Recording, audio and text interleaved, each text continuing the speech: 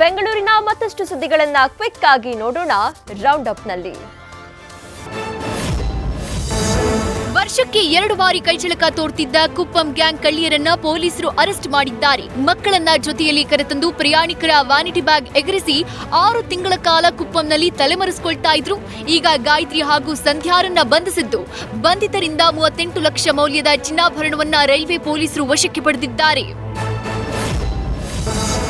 ನಗರದ ಕೆಂಗೇರಿ ಶ್ರೀನಿಲಯ ಅಪಾರ್ಟ್ಮೆಂಟ್ನಲ್ಲಿ ಕುಡಿಯೋಕೆ ನೀರು ತರಿಸಿ ಅದೇ ನೀರಲ್ಲಿ ಹೋಳಿ ಆಚರಣೆ ಮಾಡಿದ್ದಾರೆಂಬ ಆರೋಪ ಕೇಳಿಬಂದಿದೆ. ವಿಡಿಯೋ ನೀರಿಗೆಂದು ಅಪಾರ್ಟ್ಮೆಂಟ್ ಮ್ಯಾನೇಜ್ಮೆಂಟ್ ನಿವಾಸಿಗಳಿಂದ 97,000 ಕಲೆಕ್ಟ್ ಮಾಡಿಕೊಂಡಿದೆ. ಆದ್ರೆ ಅದೇ ನೀರಲ್ಲಿ ಹೋಳಿಯನ್ನ ಆಚರಿಸಿದ್ದ ಪರಿಣಾಮ ನೀರು ಖಾಲಿಯಾಗಿದೆ.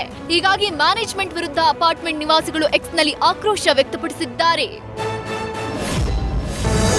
ರೀಲ್ಸ್ ರಾಣಿ ಸೋನು ಶ್ರೀನಿವಾಸ್ ಗೌಡ ಬಾಲಕಿಯನ್ನ ಅಕ್ರಮವಾಗಿ ದತ್ತು ಪಡೆದ ಪ್ರಕರಣ ಸಂಬಂಧ ಪೊಲೀಸರ ಬಳಿ ಮಾತನಾಡಿರುವ ಬಾಲಕಿಯ ಪೋಷಕರು, ನಾವು ಮಗುವನ್ನ ಸೋನು ಗೌಡಗೆ ಮಾರಾಟ ಮಾಡಿಲ್ಲ ಅಂತ ಬ್ಯಾಡರಹಳ್ಳಿ ಪೊಲೀಸರ ಮುಂದೆ ಸ್ಟೇಟ್ಮೆಂಟ್ ಕೊಟ್ಟಿದ್ದಾರೆ. ಪೋಷಕರ ಹೇಳಿಕೆ ದಾಖಲಿಸಿಕೊಂಡಿರುವ ಪೊಲೀಸರು ತನಿಖೆ ಮುಂದುವರೆಸಿದ್ದಾರೆ.